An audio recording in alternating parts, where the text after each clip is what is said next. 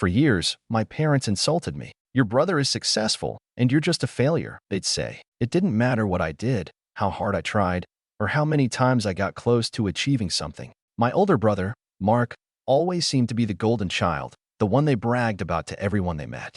He had the job, the wife, the house, the car, everything that was supposed to make someone successful. And there I was, 28 years old, still figuring things out. I wasn't lazy, but my career hadn't taken off like Mark's. I worked in marketing, but it never quite clicked for me, and that was something my parents couldn't understand. I still remember the first time they really laid into me. I was 23, fresh out of college, sitting at the kitchen table in our family home. It was Thanksgiving, and everyone was gathered around, except Mark, who couldn't make it because he was hosting his own dinner with his wife's family. I was telling my parents about a job interview I just had at a marketing firm, hopeful that it might be the start of something better.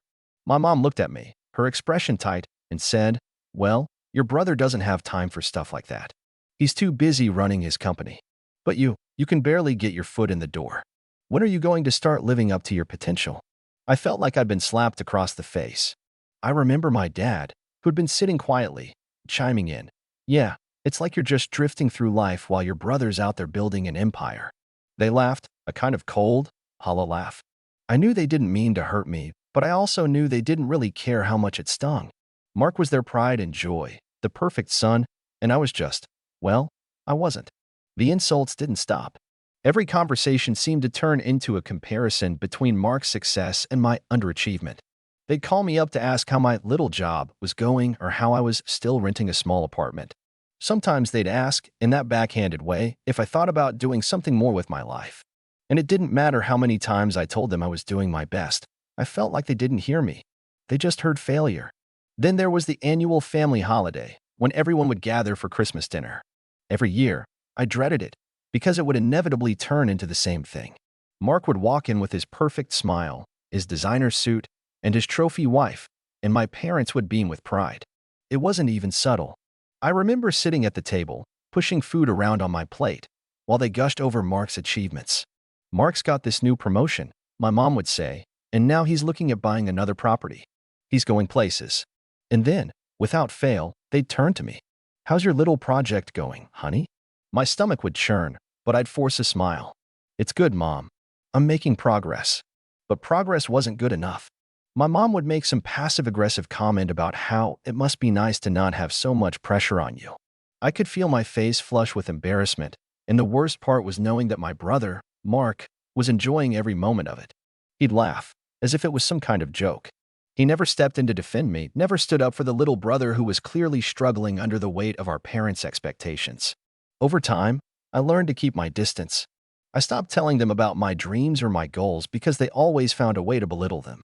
I stopped attending family events when Mark was around, but it didn't stop the calls, the messages, and the constant reminders that I wasn't measuring up. And Mark? He didn't seem to care. He didn't have the time to call, but he sure had the time to rub his success in my face. Then something changed. Yesterday, to be exact. It started like any other day, Mark texting me a photo of the fancy new car he just bought. He had to let me know, of course. He couldn't just keep it to himself. It was a Porsche, and he made sure to mention how proud he was of finally being able to afford something like this. I hadn't responded, because at this point, I didn't care.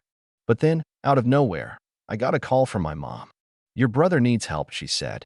"He's in a bit of trouble, and I need you to help him." My heart dropped. Mark had always been the golden boy. He was never the one who needed help. But as my mom went on, I could hear the urgency in her voice. Apparently, Mark's company had gotten into some financial trouble, something about a bad investment he'd made, and he was struggling to pay off a large debt. It wasn't just money. He put his reputation on the line, and now he needed someone to help him figure things out. I'll admit, part of me felt a twisted satisfaction. For years, I had been the one they considered the failure, the one who couldn't get his life together. And now, it was Mark who was in over his head. But another part of me was still that little brother who had been ignored and belittled for so long. Part of me wanted to take the chance to finally get back at him, to tell him that he couldn't just use people when it suited him. I didn't answer right away. I sat there for a while, thinking. The old me, the one who just wanted their approval, might have rushed to his side. But I wasn't that person anymore. Not after everything. So, I called my mom back and asked a question that I've been holding in for years. "Why me? Why don't you ask Mark's wife or someone from his team? There was a long pause before she answered, her voice faltering a bit. Because he doesn't want anyone to know. He's embarrassed. I could almost hear the desperation in her words. She didn't want to lose face in front of everyone. She didn't want the world to see Mark as anything less than perfect. The more I thought about it, the more I realized that this wasn't just about helping Mark, it was about saving his reputation. But this time, I wasn't going to play along. Not anymore. That's when I started thinking about what I could do. What I could do. What if I took this chance to finally take control of my life? What if I showed everyone, including Mark, that I wasn't the failure they thought I was? What if I made my own success, one that had nothing to do with them? But there was something bigger here, something more personal. A deeper part of me knew that this was my opportunity for more than just career success. This was my chance for something else, something that had been brewing for years.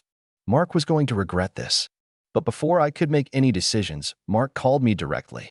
His voice was shaky, his usual confidence completely gone. I don't know what to do, man. This is bad. I need your help. Please. I could hear the panic in his voice, but I wasn't sure how far I was willing to go to help him. The betrayal I'd felt over the years was still raw. Was this my moment for revenge, or was I going to just walk away, like I always did? I still didn't know. But something told me that everything was about to change. And I wasn't going to be the same person I was before. Part of me wanted to feel sorry for him. Part of me wanted to be the bigger person, to show him that I wasn't just some failure in their eyes.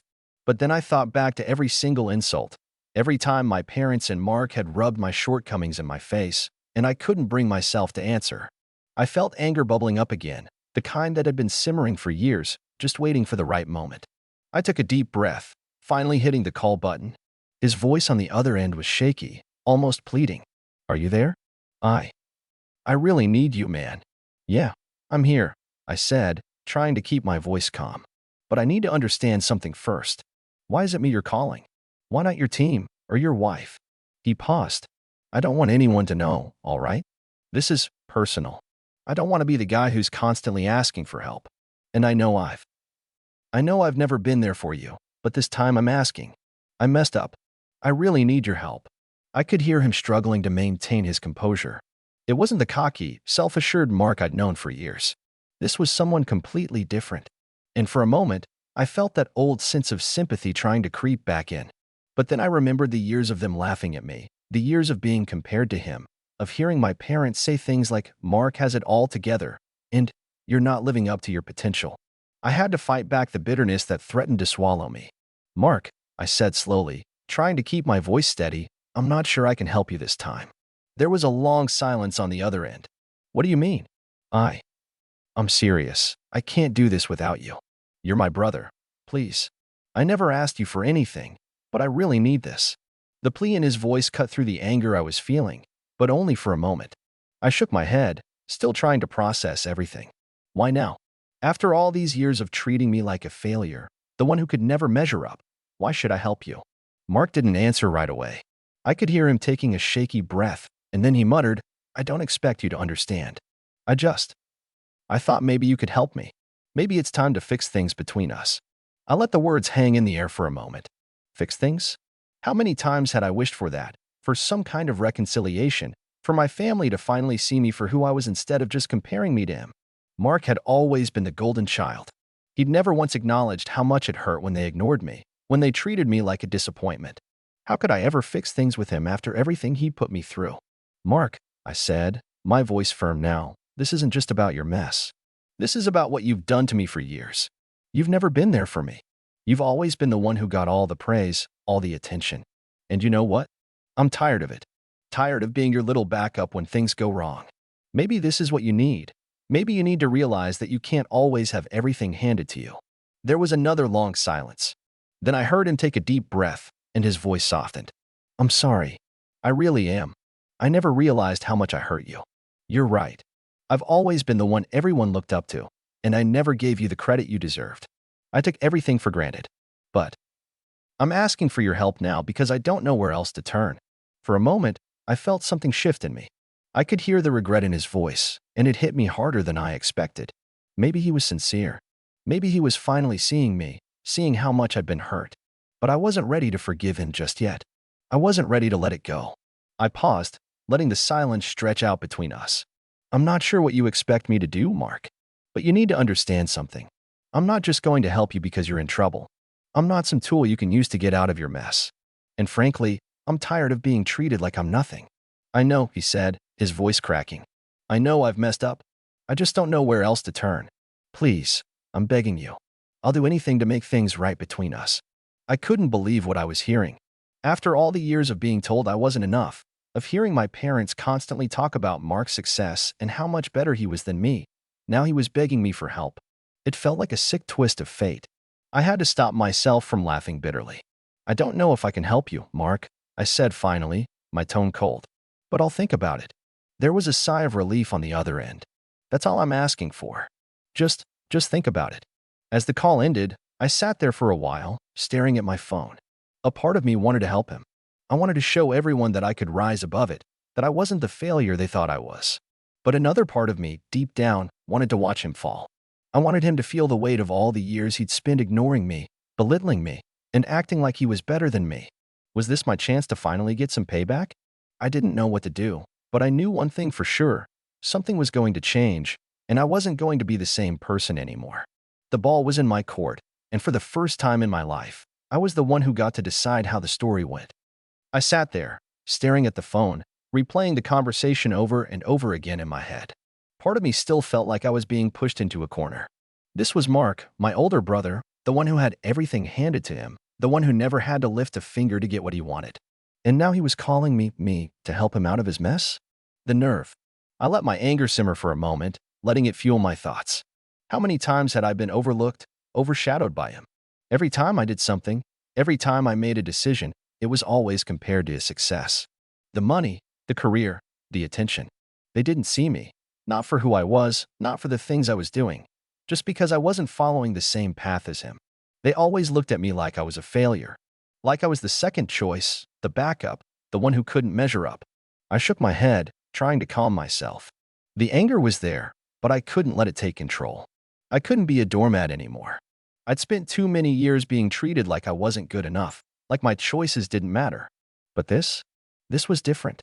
This wasn't about him anymore. It was about me, about my life, and what I wanted. I didn't owe him anything. It wasn't about revenge, not really.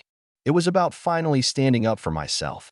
This moment felt like everything I had ever been through, all the years of trying to prove myself, had led to this. I wasn't going to let him come crawling back when things went south. I wasn't going to be a safety net anymore. But at the same time, I couldn't help but wonder, was I being petty? Shouldn't family help each other out, even after all the years of neglect? I walked around the room, feeling the weight of it all. Mark had been a jerk. He belittled me, put me down every chance he got, acting like I was the failure in the family. The second I made a mistake, it was like I had a permanent failure label slapped on my forehead, while he could do no wrong. And then, out of nowhere, he wanted to act like we were best friends, like we were equals. No, I couldn't let that slide. I stared at the phone again, debating what to do. Part of me just wanted to say, no, I'm done. You've treated me like dirt for too long, and now you want my help? Tough luck.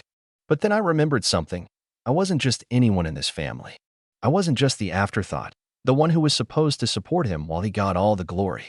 I had my own strengths. I had my own skills. And I didn't need his approval to feel like I mattered. I decided to respond. I texted Mark. I've been thinking about it. And here's the thing. I'm not a safety net for you to fall back on when things go wrong. I've spent years watching you walk all over me, and I've had enough. I'm not going to help you because you're in trouble. You need to figure this out on your own, like I had to figure everything else out by myself. It was harsh, but I felt a sense of relief as soon as I sent it. I wasn't begging for his approval anymore. I didn't care about his success or the way everyone had always treated me like I was invisible. I wasn't going to stand in his shadow any longer. A few minutes passed, and the phone buzzed again. It was Mark. Please, just hear me out. I know I've messed up. I know I've treated you terribly, but I can't fix everything on my own. I need you. I'm sorry, okay? I should have been there for you. I'm asking you for your help because I want to change. Don't you want to see me do better? I stared at the message for a while, feeling conflicted. I couldn't deny that part of me wanted to believe him. After all, hadn't I always longed for that family connection, the one where he would finally treat me like I was just as important as him? But the truth was, I had been the one doing all the emotional labor for years, trying to get him to notice me, trying to get my parents to see that I was capable of something. And now, just because he was in a bind, he thought that everything would magically change. I started typing, my fingers moving quicker than I could think. I'm not the one you turn to when your life falls apart, Mark. And you don't get to just undo everything with an apology. It's going to take more than words for me to trust you again. If you really want to change, you need to do the work, not just ask for help when it suits you. The phone buzzed again, and this time, I almost didn't want to look. But I did anyway. I get it. You're right. I don't deserve your help. I guess I've just been so used to getting my way that I didn't stop to think about how I've hurt you. I'll fix this. I'll prove to you that I'm not the same person. I just need time. I read the message, but I didn't feel the satisfaction I thought I would. I didn't feel anything but emptiness, the kind of feeling you get when you realize that no matter how much someone says they're sorry, it's not enough to erase all the hurt. It wasn't enough for me to feel like I could help him. Not now. I took a deep breath, closing my eyes for a second. I was done playing the part of the fixer, the one who always put everyone else's needs before my own. It was time for me to stop letting them walk all over me. I had my own life, my own future to think about. I texted back, "Good luck, Mark. I hope you figure it out. But I'm not the person you turn to anymore. I'm done." That was it. I hit send, and something inside me felt lighter. It was like a weight had been lifted from my shoulders. I wasn't his backup anymore, and I wasn't going to let my family make me feel like I was. The silence that followed my message felt like a weight had been lifted. But it didn't last. The following days were a mix of uneasy calm and sporadic bursts of messages from Mark. Every time I glanced at my phone, there he was, trying to explain himself, trying to convince me he'd changed. And every time, I resisted the urge to reply. But then came the day I got a call. Not from Mark, but from Mom. "Are you really going to do this to your brother?" she asked, her voice sharp, but not the usual anger-filled tone. There was something else there. Desperation? Maybe. He's in trouble, and you're just going to let him suffer because of all the things he did years ago? He's asking for help, and you're turning your back on him. I stayed quiet for a long moment, breathing in deep. "Mom, I've spent my whole life waiting for him to change. Waiting for him to see me, to treat me like I matter. He's never been there for me. Not once. So why should I keep being the one who cleans up his mess?" She sighed. "I know it's hard, but family sticks together. Don't let this be the thing that tears us apart." Something inside me snapped. All those years, all that emotional labor, the countless times I had been the one to hold things together while Mark got all the attention, all the praise. And now they were telling me to just forget about everything and do what was expected of me, as if nothing had happened. "No, Mom," I said, my voice steadier than I expected. "I'm not doing this anymore. I'm not going to keep being the person who picks up the pieces when everyone else is too busy." She fell silent, and I could hear the faint sound of her breathing on the other end. "I don't understand," she whispered. "Why can't you just help him? Just this once?" I took another deep breath, trying to hold back the frustration that was welling up inside me. "Because, Mom, I've been helping him for years. And every time I do, it's like I lose a piece of myself. I'm done." There was a long pause before she spoke again, her voice softer. "I didn't want it to be like this." "Neither did I said, and hung up. The next few days felt surreal. It was like the world had shifted, but in a way that was still hard to comprehend. Mark kept texting, calling, trying to reach out, but I didn't answer. Not because I didn't care, but because I knew that if I gave in now, I'd only be reinforcing the cycle. I wasn't his doormat anymore. Then, a week later, I got another message from Mark. It was different this time. He wasn't begging for help. It was a long message, but this part stuck with me. "I've had a lot of time to think. You were right. I've spent my whole life using people, taking advantage of their kindness, and expecting things to be handed to me. I messed up, and I'm sorry. I'm not asking for your help anymore. I just needed you to know that." I sat there for a long time, staring at the screen. There was no immediate sense of victory, no rush of satisfaction. Just quiet. I could feel the weight of everything he'd said, the sincerity in his words, but I wasn't sure it was enough. I didn't respond right away.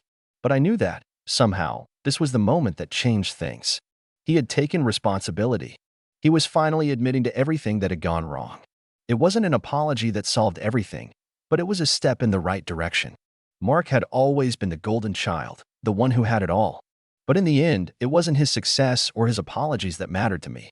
It was my own peace of mind, the fact that I had finally stood up for myself. I had stopped being the backup plan, the afterthought, The one everyone turned to when they needed fixing. I didn't need him to be perfect. I just needed him to see me for who I was, for the first time in my life. And maybe, just maybe, that's exactly what had happened.